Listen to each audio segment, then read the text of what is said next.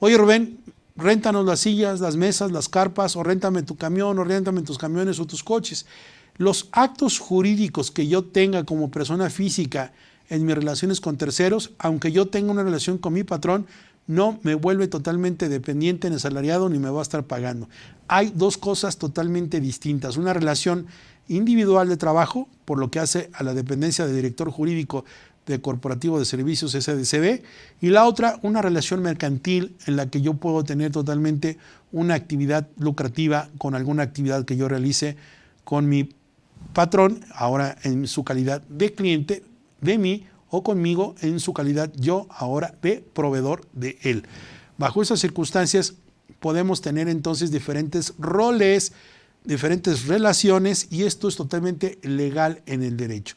Como también legal puede ser el caso de que una persona en una sociedad anónima sea el accionista y también sea el trabajador de su propia empresa. Supongamos que yo constituyo con otros 3 socios una SADCB y yo pongo 150,000 pesos, hay 450,000 de capital, ahí está el dinero, y ahora les digo, yo voy a ser el director jurídico de esta compañía y voy a cobrarles otros 150,000 pesos mensuales. Oye, Rubén, eso no se puede, ¿por qué? Pues porque es nuestra empresa. ¿Cómo le vas a cobrar a nuestra empresa? Pues sí es nuestra empresa, pero son cuestiones totalmente diferentes. Yo recibiré dividendos por la aportación de mi capital de esos 150,000 pesos. Soy un socio accionista, la empresa es de capitales, yo le aposté a un negocio. Y otra es muy distinta, que haya coincidido que esta empresa requiere un abogado y que yo sea abogado y que le preste servicios. Ahora me contrata como trabajador. Entonces, las diferentes calidades o diferentes roles son tan legales como posibles son en el derecho. Por eso hablaba de que puede haber contratos coaligados que tengan una razón de ser, o bien que cada uno esté por separado, pero que permita. El caso es, cierro el tema de este apartado, con el tema del RIF, el régimen de incorporación fiscal, en el que de acuerdo al artículo 111, pues se requiere siempre de una actividad empresarial, que no se requiera título para el ejercicio de la profesión, y que no sea actividad mercantil consistente en la comisión. Lejos de ciertos límites que tiene la figura en el 111, puedo tener tantos ingresos como me permitan en el RIF, es decir, puedo tener ingresos como persona física por salarios, por arrendamiento, por dividendos, siempre y cuando no rebase los 2 millones de pesos en el ejercicio inmediato anterior o en el actual en el que estoy en ese régimen, so pena de salir del régimen e irme al general. Entonces, bajo estas circunstancias queda claro por qué es importante que en estas relaciones de trabajos tradicional o con terceros quede delimitada esta función. Y por último, bueno, la subcontratación que señalé ahí en verde, el suministro y la administración de nómina, fíjense que están en color verde por 2 razones. La primera, porque a raíz de una jurisprudencia que ya se tiene por parte del Poder Judicial Federal, cuando se analizó el tema de los aplicativos de IVA, se dijo, ¿cómo es posible que la subcontratación la estemos contemplando como algo muy concreto cuando detrás de ella hay una serie de procesos o etapas muy singulares? Una de ellas es, por ejemplo, la supervisión, la dirección, el control, el seleccionamiento, el reclutamiento, la supervisión, el control. Es decir, detrás de la subcontratación hay como 5 u 8 tareas previas o totalmente distintas a la subcontratación como tal, y cada una es susceptible de considerarse como un perfil de puesto o funciones. ¿Ven por qué se dan cuenta que es importante? ¿Por qué se dan cuenta que es importante este tipo de cambios de estructuras? Porque de acuerdo a esa tesis, no la tengo aquí inserta, se las puedo hacer llegar con mucho gusto. Esta tesis lo que nos permitiría saber es qué tipo de conceptos puedo facturar. Imagínense entonces que yo estoy pagando un solo rubro por salarios, ¿sale? Pero otro lo puedo estar pagando por RIF, o lo puedo estar llevando al tema mercantil. Ahí hay un tema de planeación y hay un tema de área de oportunidad. Por supuesto que se puede, claro, tiene que entrar en juego lo que les dije al inicio, el artículo 56 bis de la Ley del Trabajo, para darse esa idea de lo que les estoy hablando, de cuáles son los conceptos que pueden estar permanente y en forma constante consideradas como actividad principal, y cuáles no lo serían y únicamente conservan o reputan el acto de esporádico, accidental o accesorio, conexo, pues. Así, bajo esa circunstancia, ¿qué les puedo decir? Vamos a tener que establecer cuáles son esos puntos de partida para pasar a entender que suministro entonces también es un contrato. Sí, claro, el contrato de suministro Todos los actos jurídicos que podemos tener con el suministro son totalmente distintos a lo que teníamos nosotros establecido antes.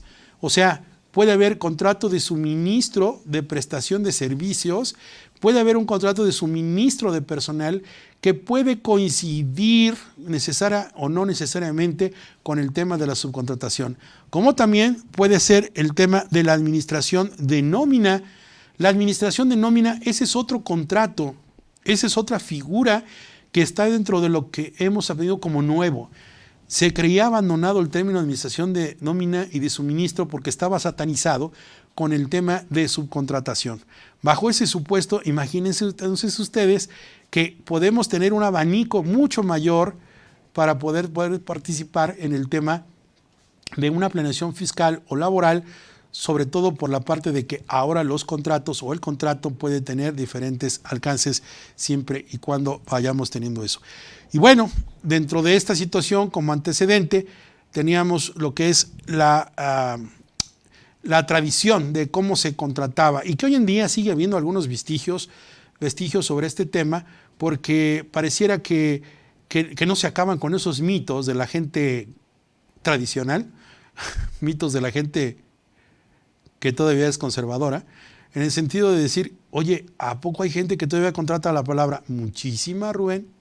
Hay mucha gente que todavía contrata la palabra y que cree que no les va a pasar nada. Y yo les puedo decir que de verdad, durante hace muchos años, hay testimonios de ellos, se los puedo decir con toda la verdad, era así como apasionante demandar a empresas que creían que no tenían nada por escrito a los trabajadores y les llegué a parar consecuencia con los trámites en las juntas de conciliación.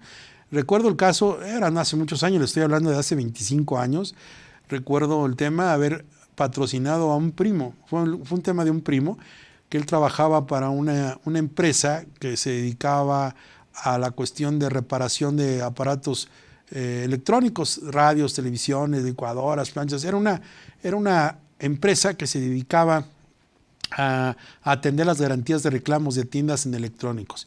Y él trabajaba ahí. Entonces, la verdad era muy, muy dedicado a su trabajo, pero no tenía contrato, no tenía recibos. Le estoy hablando de hace 20 y tantos años. No tenía recibos, no tenía contrato, no tenía absolutamente nada. Entonces, la verdad, el dueño, que era una persona física, les pagaba por fuera, hacía todo para no tener la relación de trabajo. Y un día me dice, fíjate que ya me tiene cansado el señor, me maltrata así, así, asado, no nos da derechos, no nos quiere dar nada. Y yo pues empezaba todavía en esto, le dije, pues, si quieres, pues salte y lo demandamos. Realmente era como el tercer o cuarto asunto que yo iba a llevar defendiendo a un trabajador. La verdad, el abogado de la empresa se burlaba de mí en el sentido de que pues, no tenía yo cómo probarle absolutamente nada.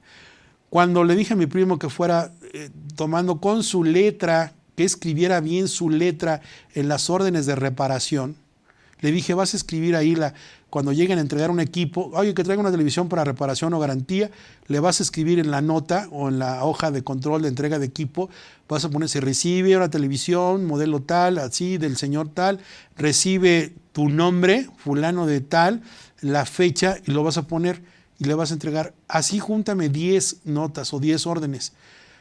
Cuando yo le ofrecí la prueba de inspección, ofrecí la prueba testimonial, la confesional, la pericial en caligrafía y solicité la exhibición para cotejo de las órdenes de reparación que llevaban la letra de mi primo. Tuve que hacer, así bordando a seda, todas estas cuestiones para poder atribuir la relación laboral.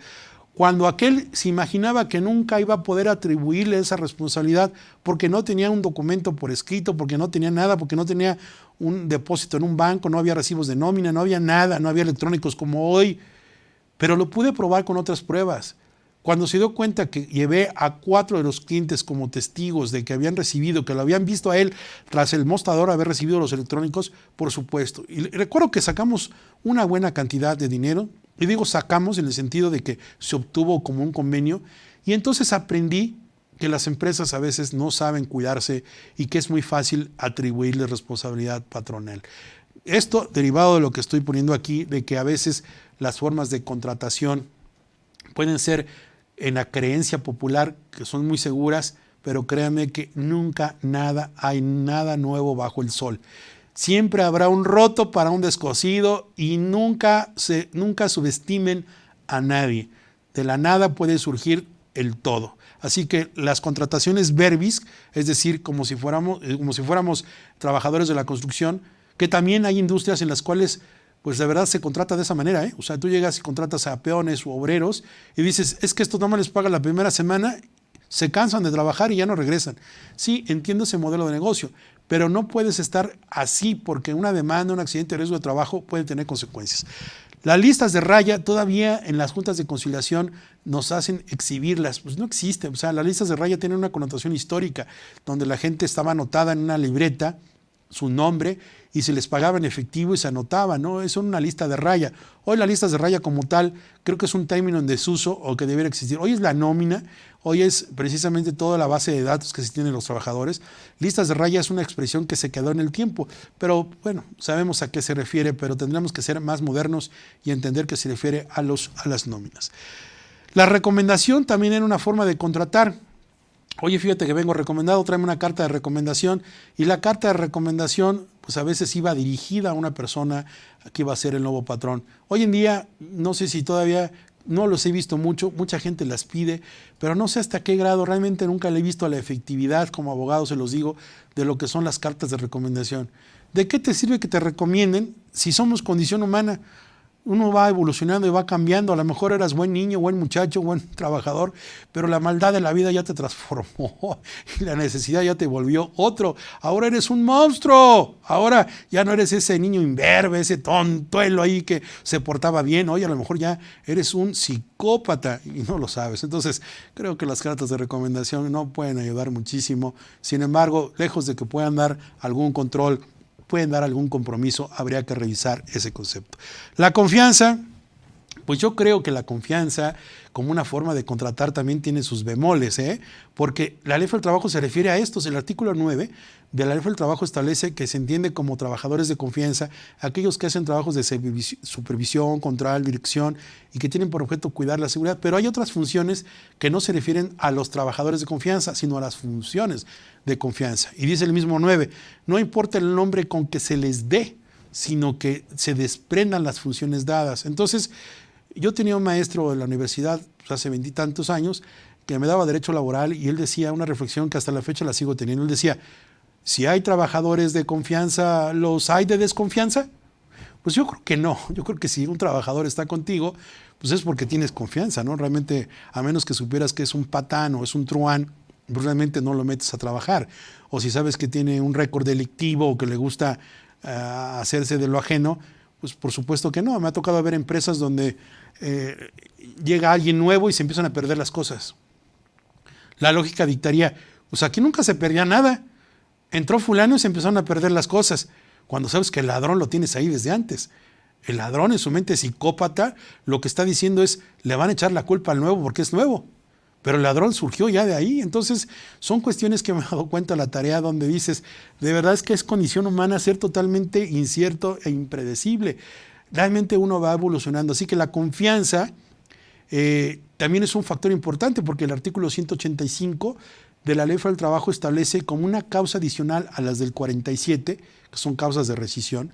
¿Cuándo puedes despedir a un trabajador? Dice cuando exista un motivo razonable de pérdida de la confianza. Y cuando habla de un motivo razonable, tendríamos que explicar aquí qué se entiende por razonable. ¿Para quién?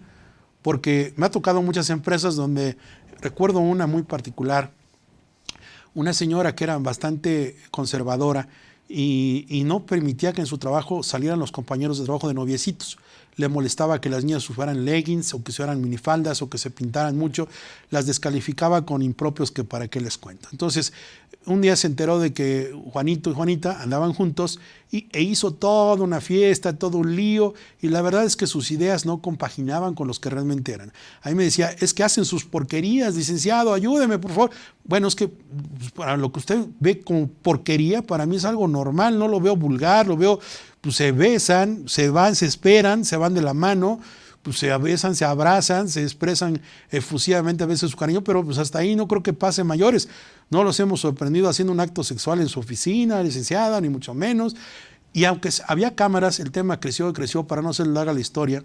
Lo cierto es que el tema de la confianza puede ser tan subjetivo como lo es el mismo término, ¿no? Que es para unas personas algo que es reprobable y otras no. A lo mejor unos fumar en demasía es algo poco tolerable, otros a lo mejor vestirse o hablar del reggaetón es algo impropio o que va contra la natura, o simplemente vestirte de una manera o tener el cabello con colores. Pueden ser diferentes factores, así que la confianza, aunque es un término subjetivo, lo cierto es que laboralmente servía y sirve y hoy en día sigue siendo una pauta que hay que reflexionar. Los contratos machote o los proforma, también así es como se contrataba. Se iba a la papelería y comprabas tu formato, tu tirota, esa grandota tamaño oficio con letra microscópica de Times New Roman 5, o sea, muy chiquita, y tenías el contrato de trabajo de Printaform o de esas empresas que se dedicaban a hacer formatos. Ahora con la internet y que puedes bajar de cualquier lugar el formato, pues ya lo haces.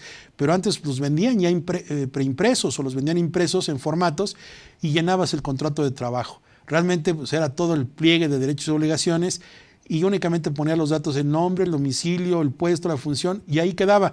Hoy en día, con la tecnología, con los editores, con los diferentes modelos que se pueden emplear, con los avances que se han tenido acerca de ese tema, pues podemos tener un documento editable y esto puede ser totalmente más, de más ventaja, de más provecho, porque ahora puedes suprimir cosas que no hay necesidad de tener en los contratos de trabajo porque se tienen en la ley aunque no se pongan. Yo les llamo esto, bueno, no yo, el derecho, cláusulas naturales y accidentales. Así que, sin lugar a dudas, creo que es un punto de reflexión de que el cómo se viene contratando antes tiene efectos todavía. Además de que hay empresas, me ha tocado de verdad empresas que les piden los expedientes de los trabajadores y te enseñan contratos de hace 15, 20 años, 25, donde ya están totalmente amarillos, ya son pergaminos, ya son documentos históricos y a veces los contratos así no sirven ya de nada. Recuerdo un caso en la Junta de Conciliación y Arbitraje cuando yo iba defendiendo a la empresa y la trabajadora tenía una abogada y la abogada, pues estábamos en la audiencia y yo exhibo el expediente que me manda la empresa,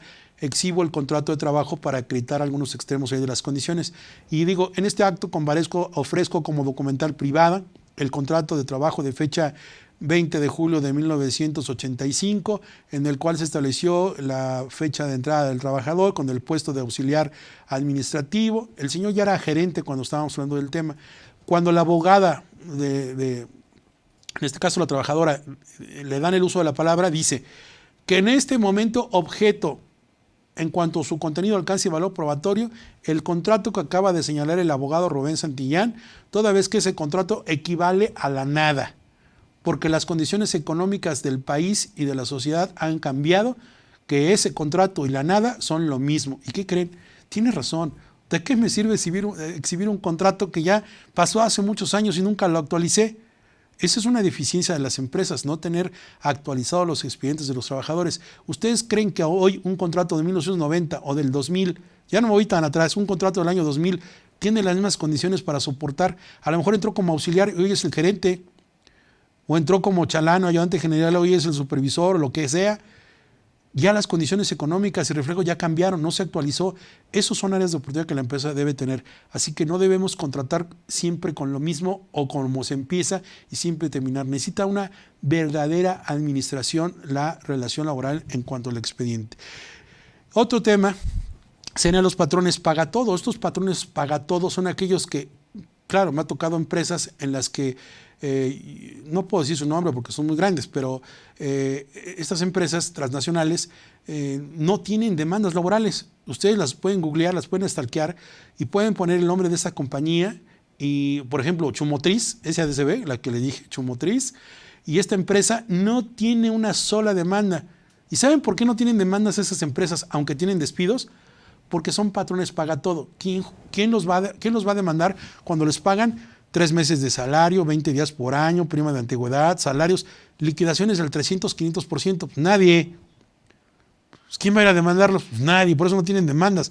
Y no porque no estén demandados significa que son empresas buenas. Sí generan despidos, les cuesta, como dirá la canción de la Santanera, pagan con brillantes su pecado. Y así, pues hasta yo, cualquiera. Si me pagas el 300, 400%, te juro que no digo absolutamente nada. Pero esas empresas, paga todo, lo hacen por políticas o presiones internacionales O bien, también puede ser porque les sobra el dinero y les gusta y además quieren tratar bien a los trabajadores. Aquí te vas bien indemnizado, bien liquidado. Los bancos suelen también hacer esta función, pero hay otros que también lo hacen y eso es lo que no permito decir, o omito decir, que son aquellos que pagan todo por ignorancia. Eso es lo peor, lo que duele. Cuando pagas 3 meses y luego los 20 días porque tu contador o tu asesor no se capacitan y creen que son dos tipos de indemnizaciones diferentes cuando son antagónicas y no debiera ser. Eso está mal, lo veremos más adelante en la parte de finiquitos y liquidaciones. Y por último, estas cuestiones de los abusos y la extorsión, antes de ir al break en esta parte, decirles, también la contratación se hacía por una cuestión de abuso y explotación. Cuando tú no tienes al trabajador claro y cierto contigo, obviamente vas a abusar y vas a abusar. Abusas del tiempo, de las condiciones, de muchas situaciones que porque no hay trabajo, puedes obligar a permanecer una persona contigo. Y lo acabo de ver hoy, ayer estaba yo revisando algunas preguntas que se hacen en grupos especializados que tengo en WhatsApp, en Facebook, y mucha gente decía, es que me tengo que aguantar porque ahorita no hay trabajo. Y si me salgo de ahí, ¿a dónde me voy a emplear? Así que pues ni modo, estoy trabajando hasta los domingos. Y ahora estoy haciendo esto, estoy haciendo aquello. Bueno, también toca, tampoco se trata de ser una cuestión así. Sí, si tienes que trabajar el domingo, el sábado, el lunes, o en la madrugada, en la tarde, hoy lo diría, pues toca aguantar, o sea, porque la situación no está, más bien date de santos que todavía tienes trabajo, date de eso. Pero una cosa es la explotación y el abuso, y otra ya la extorsión. Aquí se entiende que es una situación propia de lo que estamos viviendo, pero no cuando ya las cosas estén bien y que tú digas, oye, no, pues si en la pandemia estuviste trabajando conmigo los domingos, ¿por qué hoy no? Pues porque ya pasó la pandemia, además porque ya no hay necesidad, tengo que descansar, tengo vida. Y aquí vienen otros temas nuevos, como el famoso, con eso me voy a break, como el famoso el derecho a la desconexión digital. Un derecho internacional que no está reglamentado en nuestro país, no existe, pero ya en otras legislaciones ya se contempla. Cuando hay teletrabajo, cuando estoy trabajando en el famoso home office, que no es así, pero el que trabajas en tu casa, ¿tienes derecho a desconectarte? ¿Equivale a un descanso? ¿Es tu derecho como trabajador? ¿El patrón lo debe respetar? No está en la ley del trabajo reglamentado, pero existe. ¿Trabajo más en el domicilio que en mi propio trabajo? ¿Cuántas horas? ¿Hay tiempo extraordinario? Muchos conceptos nuevos que no están respondidos. Sin embargo, el derecho a la desconexión digital ya al menos en Europa y en Sudamérica, en algunos países, se ha discutido. Pronto llegará a México, pronto ya estará por ahí alguna minuta, un proyecto en el Congreso para modificar esta nueva regulación en el artículo 311 de la Ley Federal del Trabajo y reglamentar en el artículo que corresponda en el capítulo todas estas cuestiones. En otro eje, lo que tenemos que tener en cuenta dentro de este módulo, este primer módulo, que por cierto aprovecho para decirles que el material que tienen ustedes consigo está estructurado de la siguiente forma. Por supuesto que hay láminas que son guía del expositor, son únicamente guías de mis contenidos, y hay otras que son el respaldo de los textos legales que ustedes deben conocer. Así que no se trata de que debo exponer lámina por lámina, sino aquellos temas que son eje. Si hubiera alguna duda, por favor, escríbanos a nuestro WhatsApp o a los correos electrónicos que tienen ustedes en pantalla para que puedan hacérnoslas llegar y pueda yo responder de lo que hasta ahora se pueda tener como duda o algún otro comentario específico. No duden, por favor, háganlo. Y si no lo hicieran hoy, bueno, de todas formas, pueden dejar sus comentarios o hacer las preguntas y yo se las respondo con muchísimo gusto. Bien, dentro de este bloque de continuación tengo lo que son los tipos de relación laboral. Ya habíamos dicho que son individuales y colectivas cuando hay un sindicato en medio e individuales únicamente cuando son entre el patrón y el trabajador. Aquí las únicas preguntas que yo debiera tener en cuenta, primero que nada es la tipo de relación de trabajo en función de quién. Siempre el patrón es el que va a buscar, en esta parte, el patrón es el que va a buscar cuáles son las condiciones de trabajo, más adecuadas, es decir, qué es lo que él necesita, no lo que necesita el trabajador. Nunca vamos a ver en la realidad que un patrón se siente con un empleado, con un trabajador y le diga, a ver, ¿cómo quieres que trabajemos? Dime qué contrato quieres hacer.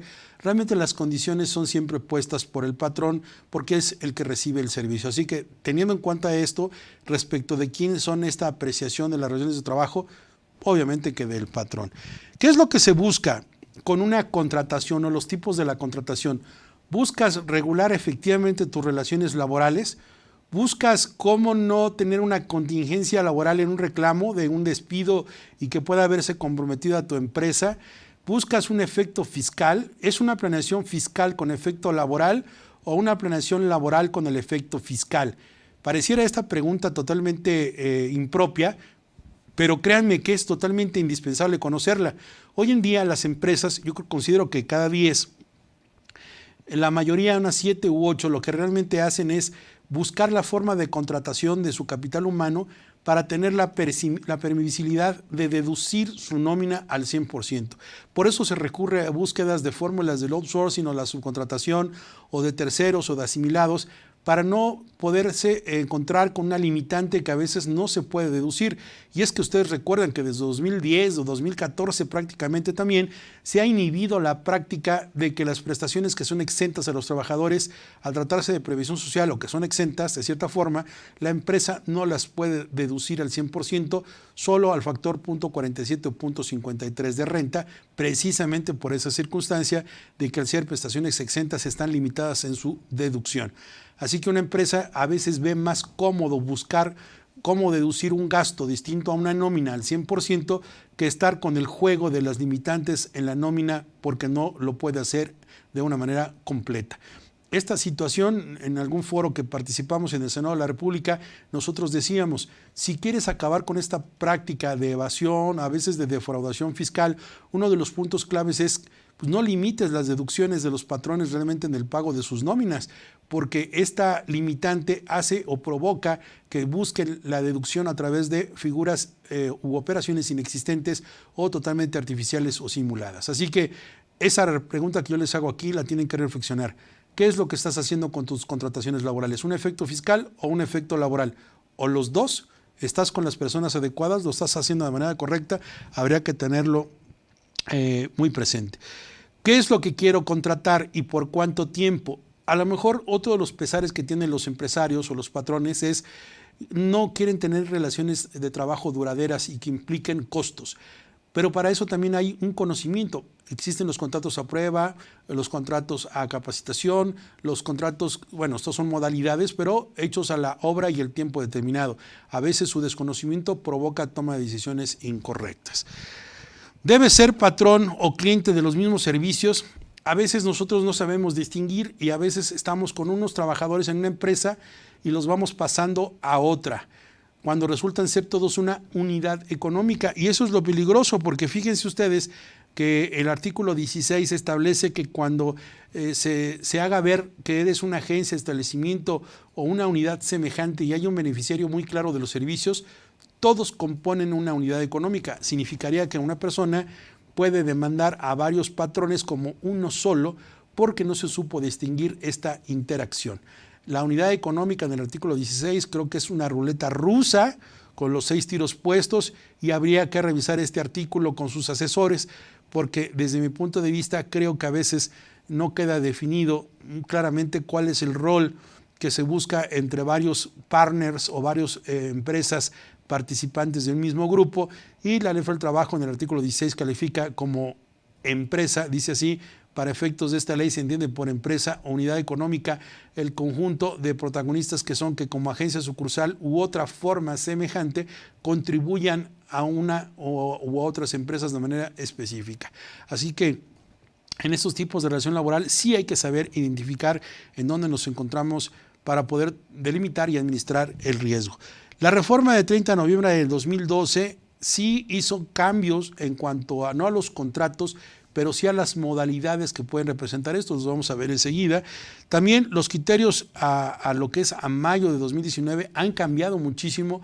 Por ejemplo, en la situación, ya les decía, de que ya no puede pensarse que la subcontratación como tal, aunque se fue regulada a partir del 2012, las jurisprudencias que tenían por objeto la prestación de servicios o contratos de naturaleza civil, esas tesis, aunque ya fueron hasta todavía, les puedo decir, marzo de 2012, expedidas por el Poder Judicial Federal, ya no se han vuelto a aplicar, lo cual nos dice que ya el fenómeno de prestación de servicios de naturaleza civil ya no se hacen en contratos de suministro, sino ahora simplemente de subcontratación, lo cual ese fenómeno revela un área de oportunidad que podemos explorar con muchísimo mayor ventaja, como decía en la sesión pasada, bueno, en el bloque pasado, que podemos entender que la subcontratación, el suministro y lo que es la administración de nómina son actos totalmente diferentes y se pueden llevar por cuerda separada con contratos respectivos y darle un impacto fiscal a cada uno. Es decir,